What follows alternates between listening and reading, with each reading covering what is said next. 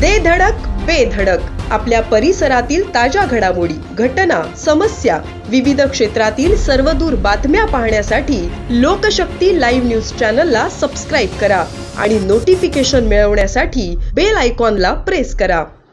मध्यरात्रीच्या सुमारास बिबट्याने शेतकऱ्यावर हल्ला चढवला व स्वरक्षणासाठी शेतकऱ्यानेही जोरदार प्रतिकार केला। 2 तास चाललेल्या या लढाईत अखेर बिबट्याची हार होऊन त्याचा मृत्यू ओढवला, तर शेतकरी मात्र गंभीर जखमी झालाय।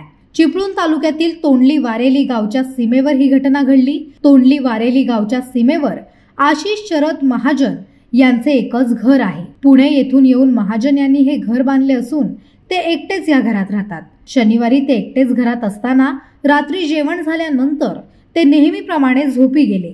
गावच्या सीमेवर एकच घर आणि आजूबाजूला जंगल असल्याने ते नेहमी स्वतःच्या संरक्षणासाठी बॅटरी, काठी आणि सर्प मारण्याचे कावेरू असे साहित्य जवळ बाळगून असायचे। रात्री 12:30 वाजण्याच्या सुमारास महाजन यांच्या घराजवळ कुत्रे भुंकायला लागले।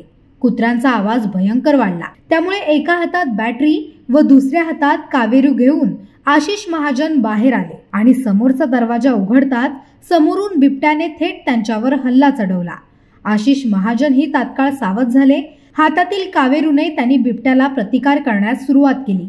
बिबट्या एकामागून एक जोरदार हल्ले चढवत होता, तर स्वतःला वाचवण्यासाठी व बिबट्याच्या तावडीतून सुटका करून घेण्यासाठी आशिष महाजन देखील जोरदार झटपट करत होते। एका बाजूने प्रहार तर दुसऱ्या बाजूने प्रतिकार असा थरार तब्बल 2 तास रंगला। मात्र अतिशय कडव्या झुंजीनंतर बिबट्या देखील जखमी झाला, थकला, हडबडला, भुकेने व्याकुळ झाला आणि अखेर जमिनीवर पडला। त्याच्यात जणू त्राण नव्हते। काही वेळेतच त्यांनी प्राण सोडले। महाजन यांच्यासोबत झालेल्या झटापटीमध्ये बिबट्याच्या छातीवर, पायावर आणि मानेवर जखम असल्याचे दिसून आले।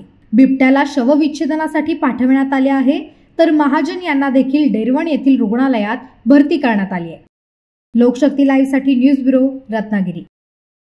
अशाच सच्चाई दर्शवणाऱ्या बातम्या पाहण्यासाठी लोकशक्ती लाईव्ह न्यूज चॅनलला लाईक करा, शेअर करा आणि सबस्क्राईब करा।